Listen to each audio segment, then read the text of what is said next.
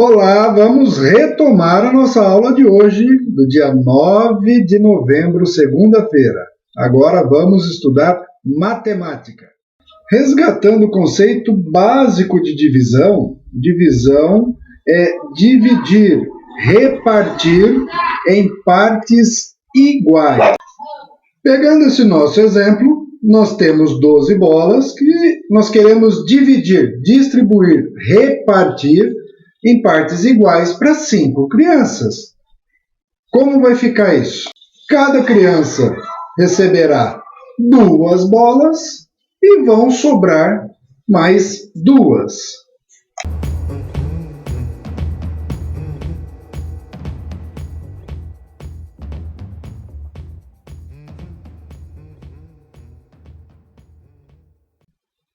Toda divisão possui 4 elementos. Acompanhe na projeção. Nós temos, no nosso exemplo, o dividendo, que é o número 10, o divisor, que vai dentro das chaves, que é o número 3. Nós temos o quociente. Quociente é a mesma coisa que resultado, que é o número 3 em vermelho, abaixo das chaves. E nós temos o resto, o número 1. Resto é o que sobrou da divisão. Para que servem cada um desses elementos? O dividendo é o meu todo, é a quantidade total que eu quero dividir, repartir, distribuir em partes iguais. O divisor, que é o que vai dentro das chaves, é em quantas partes eu vou dividir o meu todo, ou seja, para quantas pessoas, para quantas coisas eu quero repartir esse todo. Já o quociente, lembrem, é o resultado, são quantas partes iguais eu consegui repartir o meu todo. Finalizando, nós temos o resto, a sobra.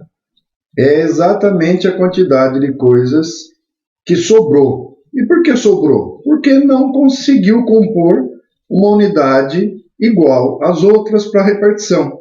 Atente que o resto ele é sempre menor do que o divisor.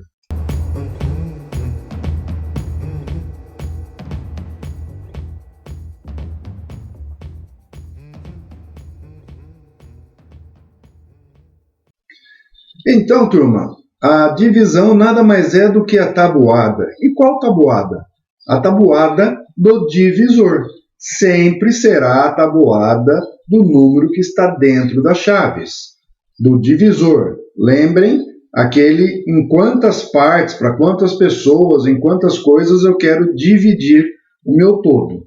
Nesse nosso exemplo, utilizaremos a tabuada do 3.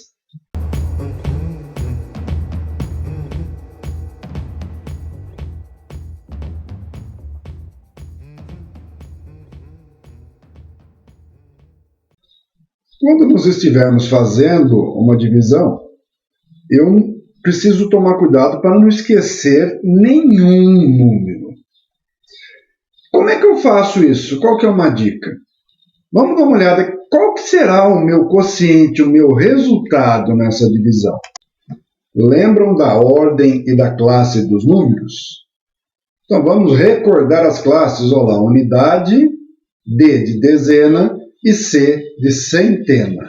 Por que isso vai ser interessante? Veja a seguir. Da mesma forma que o meu dividendo veio ordenado em classes, o meu quociente, meu resultado, também vai ter que estar ordenado em classes.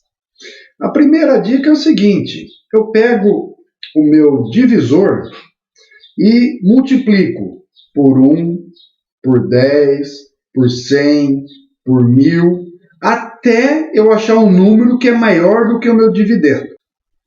Vamos lá. 3 vezes 1, 3. 3 vezes 10, 30. 3 vezes 100, 300. Opa, 300 já é maior do que 105? Então já posso parar.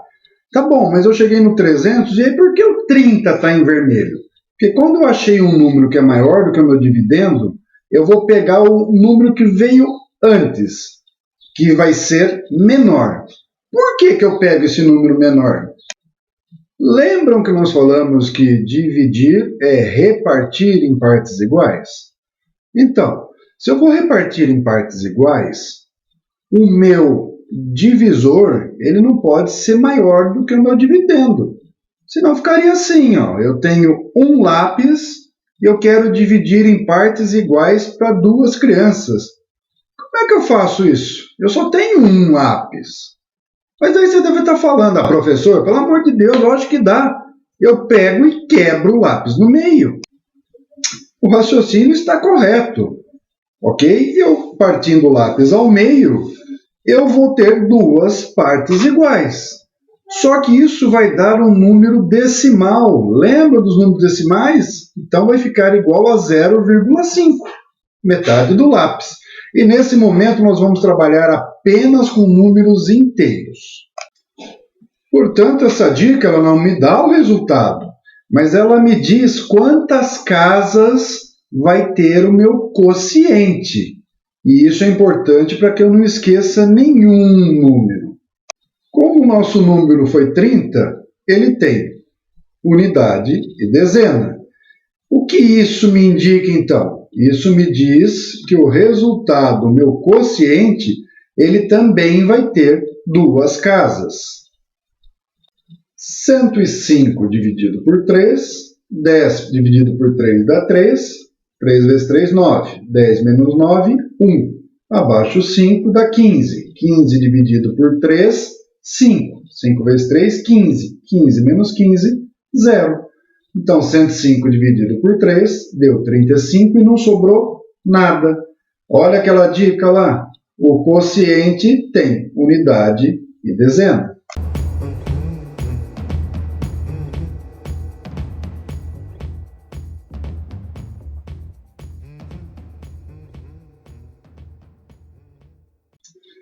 Vamos ver o processo curto e o que eu chamo de processo tradicional, processo longo. Iniciando pelo processo curto, ele é a mesma coisa, mas qual que é a diferença? As subtrações são feitas mentalmente. A gente faz de cabeça. Vamos ver como é que fica? Primeira coisa, vamos descobrir se o nosso quociente vai ter 1, 2, 3 ou mais números. Lembram? Eu pego o meu divisor, multiplico por 1, dá 6, multiplico por 10, dá 60, multiplico por 100, dá 600, multiplico por 1000, dá 6.000. Opa! 6.000 é maior que 798, então eu paro e pego o número anterior, que é 600. 600 é uma centena, são 6 centenas. Então o meu quociente vai ter 3 números. Se o nosso primeiro número do dividendo é 7 e equivale a 7 centenas, se a gente transformar o 6 do divisor também em centena, uma unidade de 6 centenas, faltam quantos para chegar a uma unidade de 7 centenas? Então, se eu pegar uma unidade de 6 centenas, para 7 falta 1. Então, dá 1 e falta 1. Continuando a nossa divisão, eu abaixo o 9 da dezena, vão ficar 19 dezenas. Que tabuada eu vou utilizar? Lembra a tabuada do divisor, no caso a tabuada do 6. Então, 3 dezenas vezes 6 vão dar 18. 18 dezenas para 19 dezenas, falta 1. Finalizando a nossa conta, eu abaixo 18, agora eu tenho 18 unidades. 3 unidades vezes 6 também dá 18 unidades. 18 unidades menos 18 unidades, 0. Acabou a nossa conta. Portanto, 798 dividido por 6 dá 133 e não sobra nada. Olha que bacana! Vocês perceberam que, na verdade, a conta de divisão ela envolve duas operações. A multiplicação, que é feita entre o quociente e o divisor, e esse resultado depois ele tem que ser subtraído na coluna do dividendo.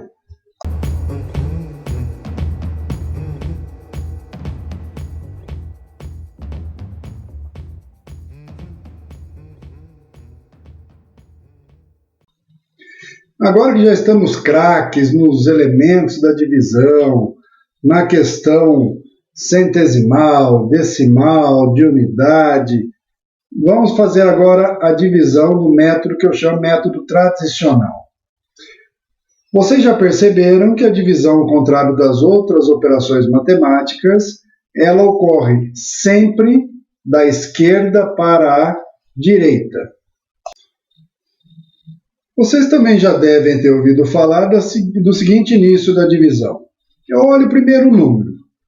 Se o número 3 ele é maior ou é menor do que o divisor, no nosso caso, que é o 8. Nesse caso, então, o número 3 ele é menor do que o número 8. Então, o que eu faço? Vocês já ouviram isso? Chama o vizinho, dá a mão para o vizinho. Então, se eu chamo meu vizinho, vira 39. 39 é maior do que 8? É, então eu começo a dividir. Isso é que comumente a gente ouve. E não tem nada de errado nisso. Se você conseguiu entender dessa forma, se para você ficar fácil, não tem nada de errado. Mas como eu gosto de explicar o porquê das coisas, vamos entender um pouquinho dessa história de ser menor, ser maior, chamar o vizinho. Como é que isso funciona de fato? Vejam que no nosso exemplo apareceu agora a unidade de milhar. Nós tínhamos unidade, dezena, centena e agora apareceu a unidade de milhar. Então, 3 unidades de milhar é 3.000. Lógico, 3.000 é maior do que 8. Mas nesse momento, vamos esquecer quanto vale o número, o valor absoluto. Vamos pensar em unidades de alguma coisa. Eu tenho 3 unidades para dividir em 8 partes. É impossível eu dividir 3 unidades de qualquer coisa em 8 partes e dar um número inteiro. Por isso que a unidade de milhar vai emprestar essas 3 unidades para a centena, e aí eu vou ter 39 centenas. 39 vai ser maior do que 8, 39 unidades é maior do que 8, aí eu consigo começar a minha divisão. Bom, explicado isso, vamos iniciar a nossa conta. Então eu pego, como 3 unidades é impossível dividir por 8 partes iguais, eu pego 39 e vou iniciar dividindo 39 por 8. Qual a tabuada que eu uso? Sempre a tabuada do divisor. Nesse caso, é a tabuada do 8. 39 tem na tabuada do 8? Não tem na tabuada do 8. Eu tenho 5 vezes 8, que é 40, e tenho 4 vezes 8, que é 32. O 40, que é maior, eu não posso pegar. Então, eu vou no primeiro número, no número anterior ao que ultrapassou a minha unidade, que é o 39, para poder iniciar a divisão. Então, eu tenho 32. 8 vezes quanto que dá 32? 8 vezes 4. Então, o 4 eu coloco embaixo do divisor. 4 vezes 8, 32. Eu coloco 32 embaixo do 39. 39 menos 32 vai dar 7. Continuando, eu abaixo 7, fica 77. 77 tem na tabuada do 8? Não, 80 é maior, e o primeiro número antes, que é menor que 77, é o 72. Quantas vezes o número 8 para dar 72? 9. Então eu coloco o 9 embaixo do 8, na sequência, depois do 4, e coloco o 72 embaixo do 77. 77 menos 72, 5. Bom, turminha, então vamos lá, vamos recordar. Eu tinha o número 3.975 que eu queria dividir por 8.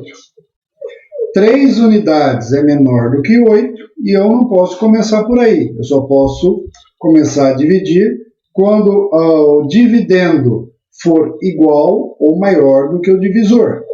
Então, eu juntei 39.